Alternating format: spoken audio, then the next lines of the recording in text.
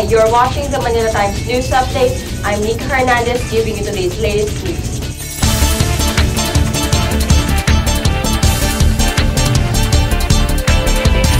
The Senate passed a resolution disapproving President Gloria Macapagal-Arroyo's declaration of martial law in Maguindanao province. The edict was declared unconstitutional and a total of 18 senators have signed the resolution. They are Senators Francis Pangilinan, Benigno Aquino III, Manuel Rojas II, Alan Peter Cayetano, Pilar Juliana Cayetano, Lauren Legarda, Rodolfo Biazon, Francis Escudero, Panfilo Lacson, Maria Ana Consuelo Jambi Madrigal, Miriam Defensor Santiago, Gregorio Hanakon II, Richard Gordon, Manuel Villar Jr., Antonio Trillanes IV, Senate Pro Tempore Jose Jinggoy Estrada, Senate Minority Leader Aquilino Pimentel Jr., and Senate Majority Leader Juan Miguel Zubin. Lawmakers cited that President Arroyo's reasons in declaring martial law in Maguindanao were not justified and without factual basis.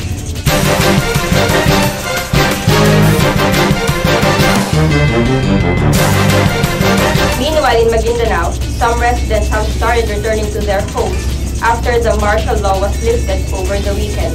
Reports indicate that the Armed Forces of the Philippines, or AFP, have no plans on reducing the troops in the area, as threats from armed groups remain prevalent.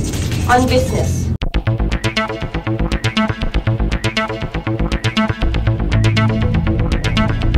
Japan's business confidence improves for a third straight quarter, but remains keen on plans to slash investment to cope with the fallout of the 2009 global recession.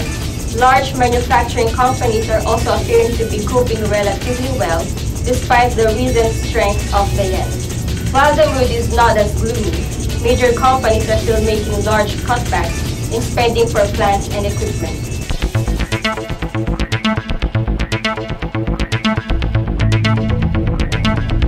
Oil falls in Asian trade as US dollar remains strong and US demand weakens.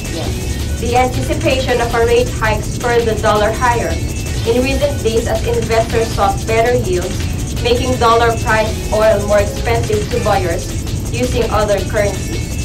Singapore-based analyst Victor Shum says that the dollar will remain a leading indicator of oil price. New York's main contract, light sweet crude for January delivery, was down 70 cents to $69.17 a barrel. Brent North Sea crude for January delivery is 52 cents to $71.36 a barrel.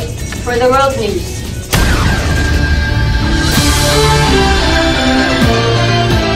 China's Vice President Xi Jinping kicked off an Asia tour in Japan, where a row was broken out over a breach of protocol for his hastily arranged meeting with the Japanese Emperor Akihito. Also, in recent climate change talks in Copenhagen, China said it might not take a share of any funding for emerging nations fighting climate change.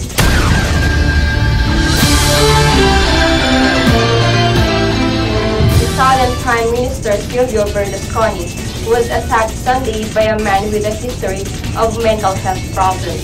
Berlusconi was rushed to the hospital with a blood-spattered face and suffered 2 broken teeth, a minor nose fracture, and cuts on his lip after being struck by a souvenir model of the city's cathedral. The police charged the alleged attacker, Massimo Tartaglia, with aggravated assault for hurting the miniature replica at Berlusconi.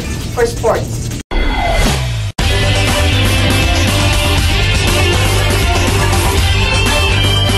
Choice of venue for the much-awaited Pacquiao-Mayweather bout scheduled on March 13, 2010 remains undecided. As of reporting time, the frontrunners in the bidding war to host the big event remain the Dallas Cowboys Stadium in Texas and MGM Grand Hotel Casino in Las Vegas. According to the Los Angeles Times, Dallas Cowboys owner Jerry Jones offered a $25 million guarantee in exchange for hosting the biggest showdown, topping the $20 million offer made by the Los Angeles Staples Center. Bob Arum's confidence stakes will increase and says he has a fiduciary responsibility to Pacquiao to get him the most money. And now, Madelaine for weather news. Go ahead, Madelaine.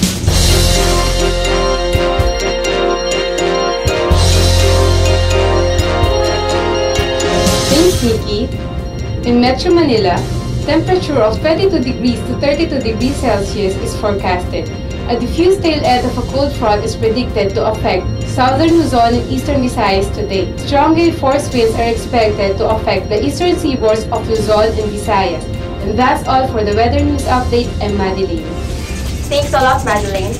That's all we have for today's news update. I'm Nikki Hernandez and you're watching the Manila Times TV.